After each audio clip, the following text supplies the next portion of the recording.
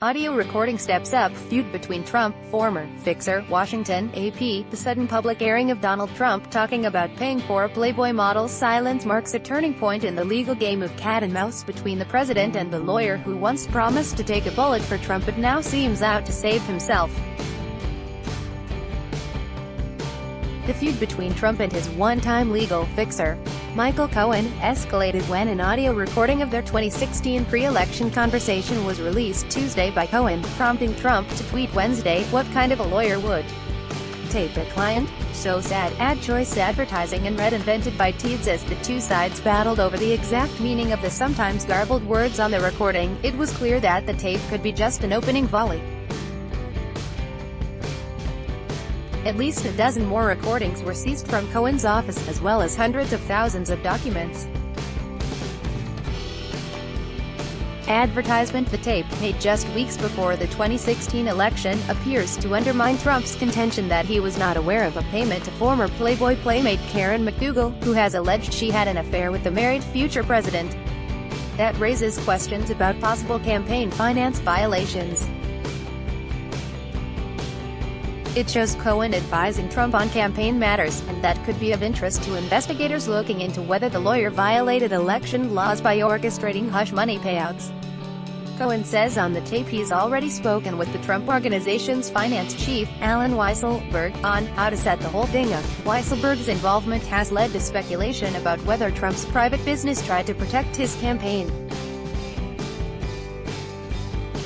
Trump's lawyers say the payments were never made. The tape's revelations also mark a new chapter for Cohen, who, as he mulls cooperating with federal prosecutors and perhaps special counsel Robert Mueller, is viewed by many in Trump's orbit as the greatest threat to the former businessman's presidency. Cohen rose through the ranks of the Trump Organization by mimicking his boss's style in handling his personal and political problems.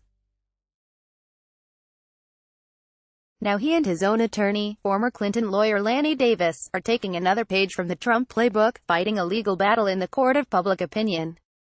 Advertisement: with his apartment under construction after a pipe burst, Cohen has been holed up in a Midtown Manhattan hotel.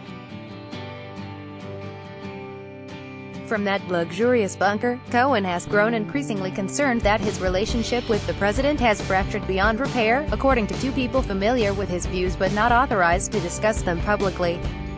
Cohen, who would make bad stories disappear and travel the globe to make deals for the Trump Organization, now feels increasingly isolated and burned by the attacks against him by Trump attorney Rudy Giuliani and by the president's efforts to play down his former fixer's role. When the president's legal team waived attorney-client privilege, prompting Giuliani to declare that the tape was exculpatory for Trump, Cohen's team moved to release it, believing it backed up his own version of events, the People said. The attorney told confidants that he was tired of being a punching bag and wanted to try to seize control of the story. The meaning of the tape is up for debate. Days before the recording, American Media Inc., which owns the National Enquirer, paid $150,000 to McDougal for the rights to her story about the alleged 2006 affair. She later sued, claiming that AMI paid for the story with the intention of burying it to protect Trump. AMI President David Pecker is a close friend of the president.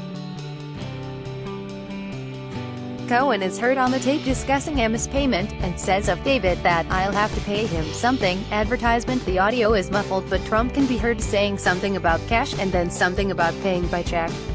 Giuliani insists Trump says, "Don't pay with cash." But Davis, Cohen's attorney, maintains that Trump's reference to cash is damaging.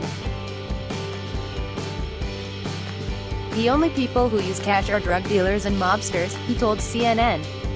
In another twist in a tale full of them, Davis himself had previously worked with AMI and moved to squash unflattering stories about the company.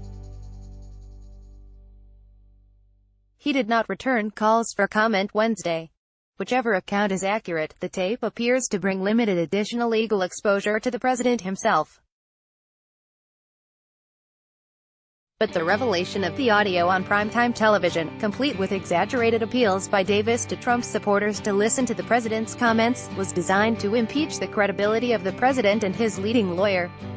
The recorded conversation took place in early September 2016.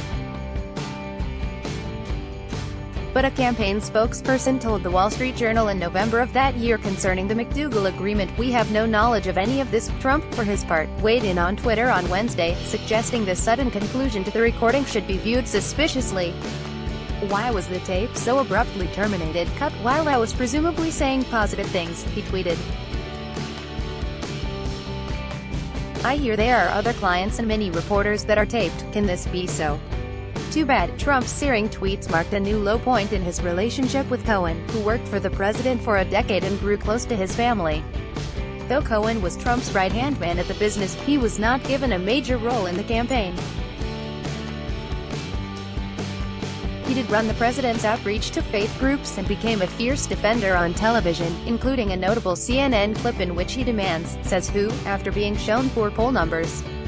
Though he hoped for a key White House position, Cohen was left behind in New York, where he capitalized on his access to the president and business dealings with a number of corporate clients.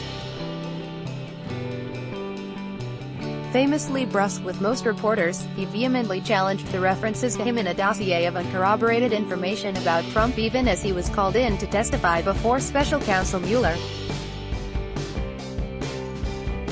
After the raid by federal prosecutors, Cohen's relationship with Trump shattered. The men have not spoken for months and Giuliani has routinely lobbed grenades at the attorney. Though Cohen's move to record Trump was unorthodox, it likely was not illegal. In New York, only one party has to give consent to a conversation being recorded.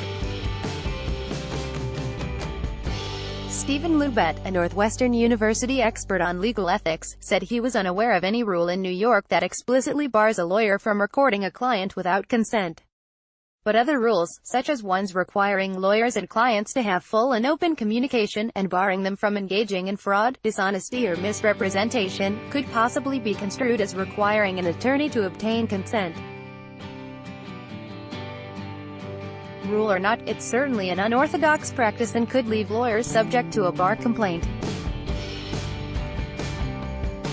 Trump has a legitimate complaint, and it's fair for him to ask what kind of lawyer would secretly record a client, Lubet said. The nature of the attorney-client relationship itself would dictate that a client's consent would be needed for taping, Lubet said. Lemire reported from New York.